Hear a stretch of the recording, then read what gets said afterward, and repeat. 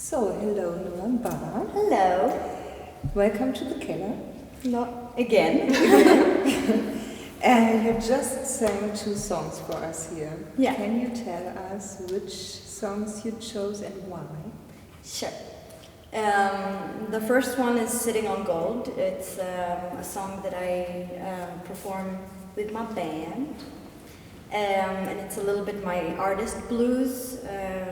I wrote it where I was like, oh my god, this job is hard. Being a musician is super hard. Making a living out of being a musician is super hard, but I love it so much.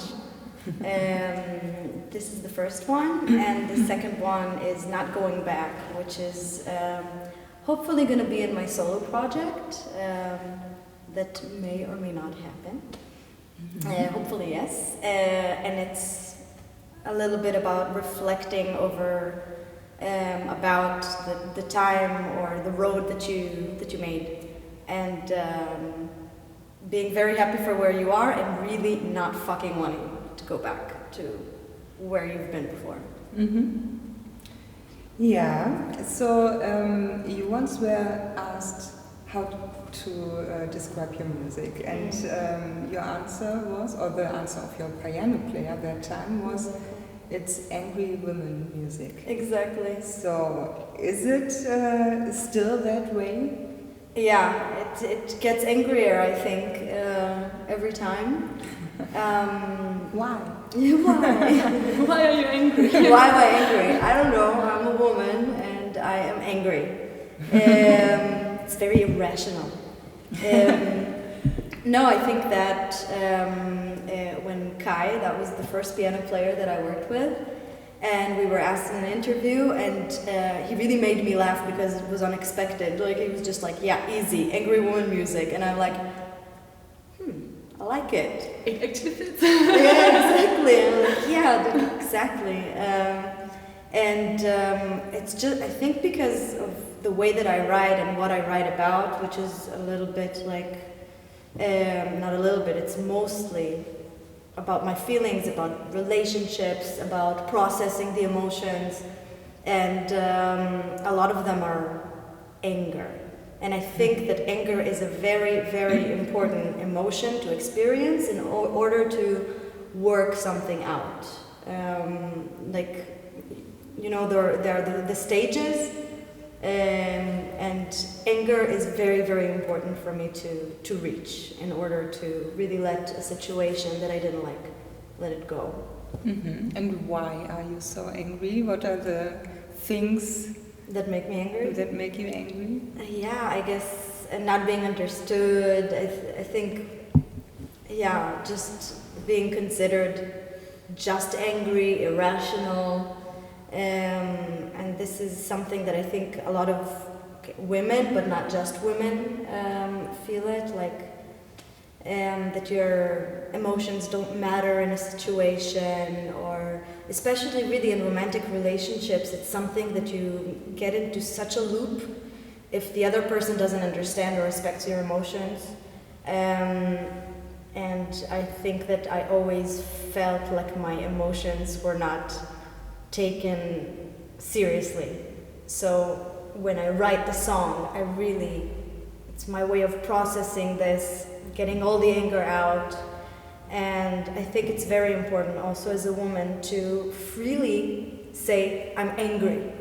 Because women for many years were not considered angry, they were considered hysterical.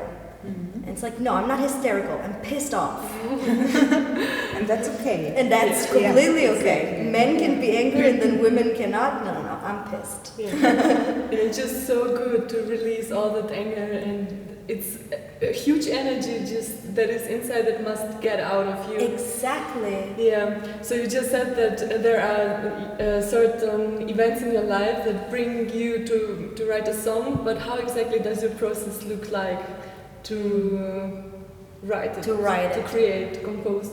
Yeah, so it's good with the anger, like, because it is a lot of anger, and I think that because anger is such a strong emotion, it really is a super strong emotion.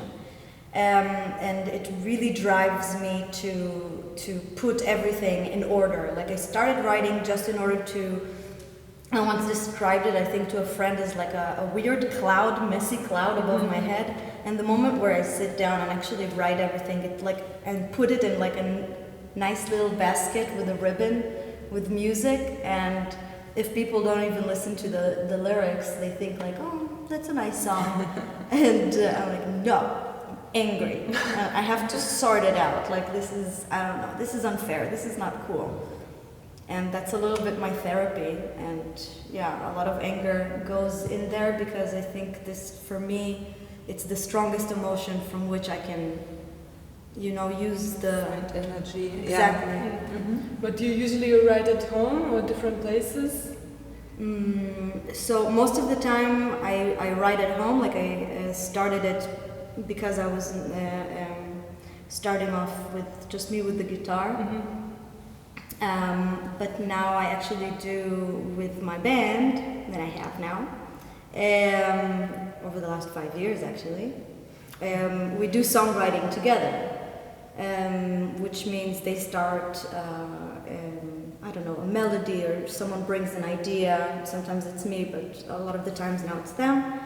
And then I always start writing from, I guess, some kind of topic that I already have in my head. Like if it's, I don't know, this week this and this happened, I had a talk with a friend that made me look at a situation differently. And then, just start writing the lyrics. And would you say there is a difference between a private Noam and the Noam that people see on the stage? No. Okay, so you stay exactly the same. I think so. I think it's a little bit more outgoing stage presence, but I don't think that there's a difference. I'm just as unladylike on stage as I am like with my friends, and just this, look at me, like, yeah. Look at me. Very loud. Yeah, I think I would agree on that because I know you a while now and also privately. So that's why I also watched your career the last 6 years. At least, yeah. And I remember when I saw you the first time playing, you were alone playing or with a piano player or a cello player. And can you sum up what happened till then? Because meanwhile you have a band and even the style changed a little bit. Can you sum it up? Of course. So in the beginning it was just me, as I said, with the guitar, and I wrote songs kind of for myself. I don't think that I really believed that I'm a musician. It was just like a way to vent, as we said.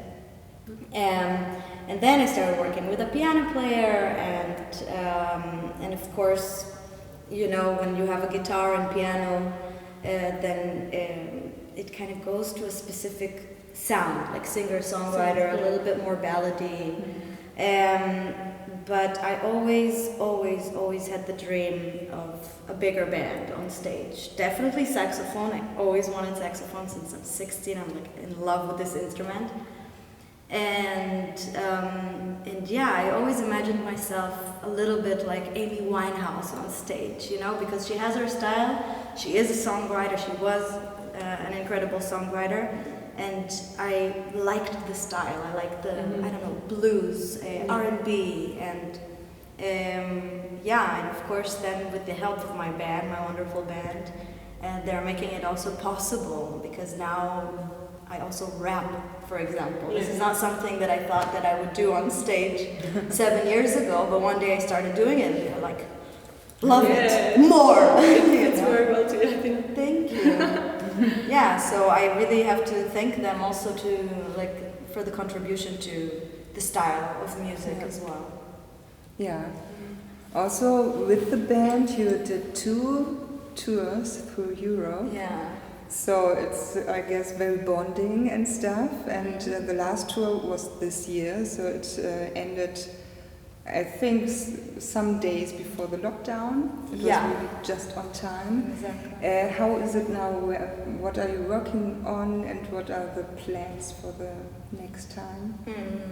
Yeah, so this incredible band, we went on 2 European tours. It was always very, very crazy and self-organized by Tobias Reckford, the drummer. He actually doesn't need to sleep. He just needs cigarettes and his laptop to survive. And this year we came back, I think, to Germany in the beginning, first week of March, and we did the last concert actually in Hannover, I think, at the Feinkostlampe. It was pretty crazy. And of course it was quite still for a few months, and it took us time to sort through some plans that we have. And with the band we definitely have some projects coming up. Like we had a video, we shot a video, and it's going to be very, very, very nice. I can't wait to... I haven't seen anything yet, but I know that it's going to be really crazy. And we shot it right here in the Keller 3. And we have a little bit more projects, but I can't talk about it yet. No. And no, but maybe in general your artistic vision for the future, if you have something like that. I think we at least with the band we want to play festivals when they are possible again, and we just want to play bigger stages if it's possible. And I also decided during Corona, because I think for a lot of people it was like the time of a lot of realizations. That I have some songs that I really like that we don't use with the band, and hopefully work on a solo album. That is a wish that I have for the future. Yeah, and you already started, right? And have the first songs? Okay, so I guess the rest of the year we will see videos and some more things. You already started doing concerts again. Of course, with all you need to do with distancing and stuff. But you started again, that's nice. Yeah, thank God for Region Hannover that they actually started organizing shows for a lot of local bands. I think it's like, of course, on the financial aspect, it's really great, but at the same time, it's also great for us as artists to go back on stage, because it's what we are, it's who we are. I really freaked out a few months where I couldn't have that part of who I am and who the band is, to perform in front of people. It's a little bit sad that people can't dance right now, but you can see the energies and they're happy, so this makes us happy. Back, exactly. One day. Okay. It was a pleasure to listen to your performances and mind to watch them also on YouTube on our Keller 3 channel. Yes, thanks for coming here. Thank you, girls. And before we are finished here, I wanted to ask you, because you said already you made your video here and now we're sitting here, you just played 2 songs here, so what's your relationship to this place here? To Keller 3? Yeah, it's I don't know, it's where I feel like it's the living room a little bit of all of us. All of us. All of us. The people who don't know what is all of us, it's so many artists. I think we came here the first time, all of us together, 2017, and and since then you took over here, and I couldn't be happier because I think you've done a great job with the place. And then I don't know, it's just beautiful to always come here and see the artists. I played here a few times as well, my band did we did an EP release party here. It's just like a second home, and I feel it's a second home for a lot of artists here in Hannover. So yeah, just So it's a keep good it going. relationship. No anger. No, so far. No Okay. songs about Keller. That's good. Only about the hell. Okay, then thank you so much for being here, and thank you for this short, quick, and nice interview. Thank you, girls. And yeah, you're welcome here every time. Thanks.